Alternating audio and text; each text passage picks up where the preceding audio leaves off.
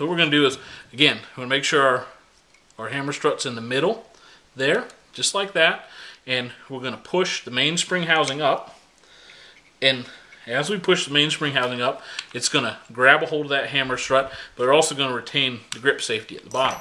So now, remember, we push this out, this mainspring housing retaining pin out. It's got a convex and a concave end, and I like to push it out from the concave side and also push it back in. So I like to push it in from the left-hand side. Most of the other pins go in from the left-hand side just to force the habit there. So we're going to put it together. Now, on some guns, there's going to be some tension on this mainspring housing, and while you're putting this pin in, you may have to give a little push to the mainspring housing. A lot of times I like to take it and put it against the edge of a table and push on it while I'm pushing this pin in, and that'll get it back in there. So let's see if we can get this back together.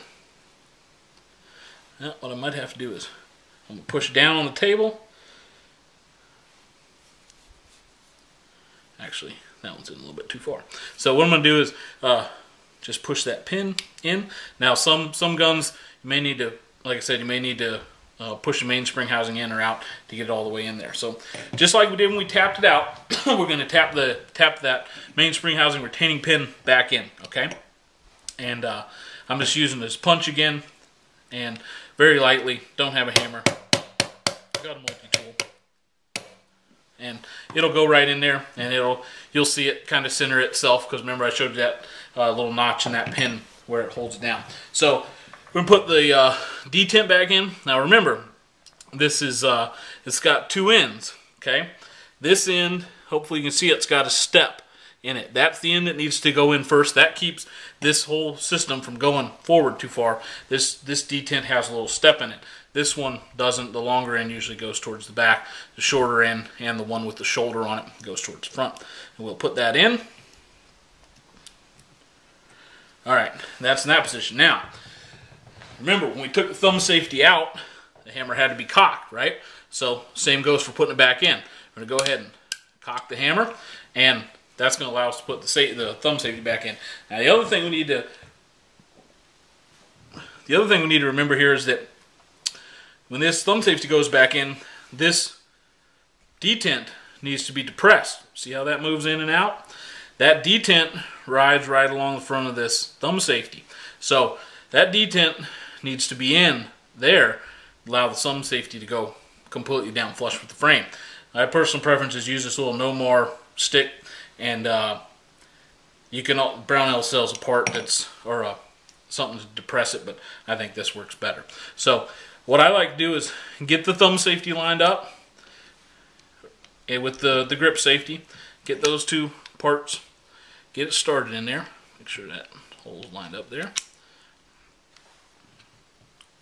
Want to get the grip safety retained by the thumb safety. First thing we do is make sure those holes are lined up. And remember, we don't want full on position. We don't want full off position, right? We want somewhere in the middle to put this back together. So what I'm going to do is I'm going to use this stick. You can use a popsicle stick, whatever. Just use something that's not going to mar your frame there. You're going to push that detent in like that. At the same time that detent is being pushed in, you're going to put your finger down on top of the thumb safety and push that thumb safety in till the thumb safety retains the detent. With slight pressure on the top of the thumb safety, you'll pull this out and the whole thing will snap down together. So that's how we're going to get started. Alright, remember, we're going to push that detent in, push down with this finger, and there you go. There's your thumb safety's back installed. That's the on position, that's the off position. Alright, so we're basically back now to the portion where basically the gun is field stripped, okay? And we've completely disassembled and reassembled it to this point. Now we're going to complete putting the rest of it back together. Relatively simple at this point. We're going to take the barrel, remember, swing that link forward, and we're going to, oh, there we go. The link retaining pin had slid out a little bit, and that's what's keeping me from putting it in there. I just pushed it back. Alright, we're going to put the barrel in that position, and at this time I like to put the bushing back in. And remember, when we put that bushing back in, it's got that little tab on it there that locks into the slide. When we put it in, it needs to be in that position to go in. And then for reassembly, we want to rotate that around like that, okay? Now, next thing we're going to do is we're going to take a guide rod and the spring. This spring doesn't have a captured in, but just like we showed with the firing pin spring, if there's an end that locks on to, if there's one end is smaller than the other, we want that smaller end to lock on to the guide rod here. And then most of the times there's a closed end where these coils will come together, and that closed end will go back against this surface, and the open end will go against the front, okay? So this one it will go on like this because there's not a closed or open end. It really doesn't matter which end goes on first. So now we've taken the link, we've swung the link out of the way so we can install this back in the slide.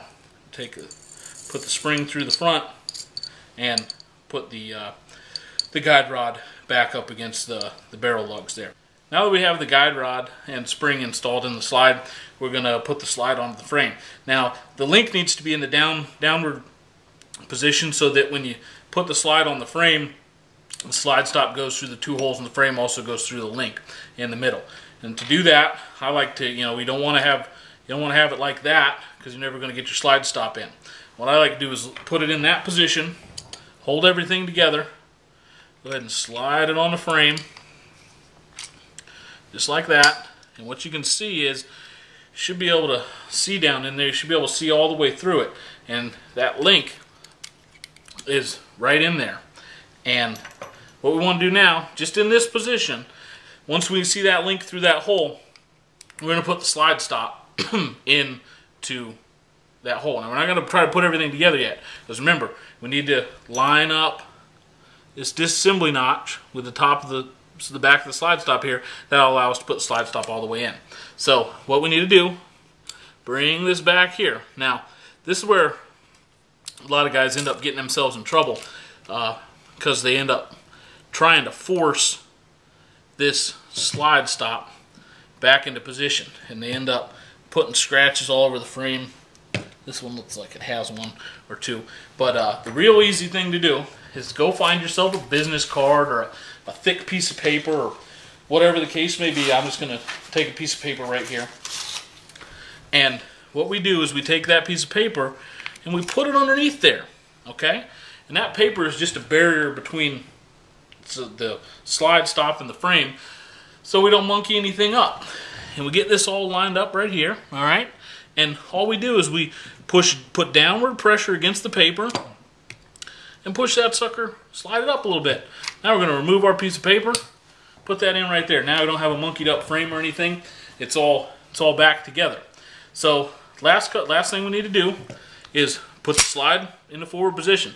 Now I like to put the thumb safety on. The reason I like to do that is we're going to be working out here at the muzzle, and we're going to be pushing against that slide, trying to get that bushing around and get the guide rod plug and everything back in there. And that thumb safety just allows us to stop the slide from moving to the rear, okay? So, we've got this all back together. Last little bit, take a guide rod plug, slip it on the end of the spring like that. I'm going to push that guide rod plug down and rotate that barrel bushing around like that. Now, your gun's completely assembled again.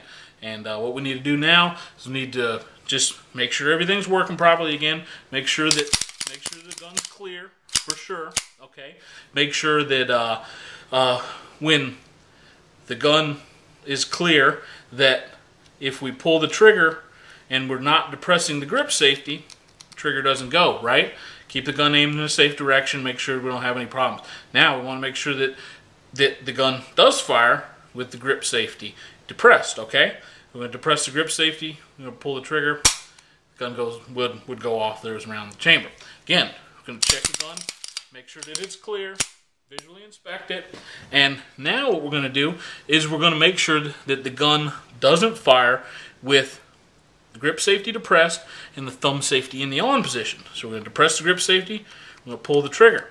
Okay, nothing happens.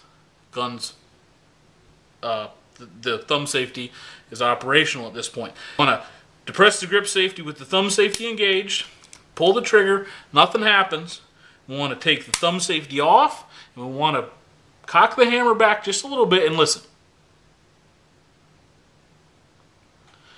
We didn't hear any noise, okay? That means that this thumb safety is engaging the sear properly, not allowing that sear to move at all with the thumb safety engaged, okay? So once again, what we did, we engaged the thumb safety, we depressed the grip safety, we pulled the trigger, nothing happens. Good so far. Going to put the thumb safety in the off position, and we're going to cock the hammer just a little bit. We didn't hear anything. That means this grip or the thumb safety is fit properly to the pad on the thumb safety, is fit properly to the sear, not allowing any movement of the sear when the thumb safety is engaged. Okay, gun's completely back together, and the thumb safety and the grip safety are operational. And that concludes this video.